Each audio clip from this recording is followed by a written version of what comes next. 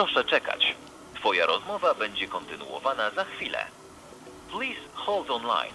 We are trying to reconnect your call.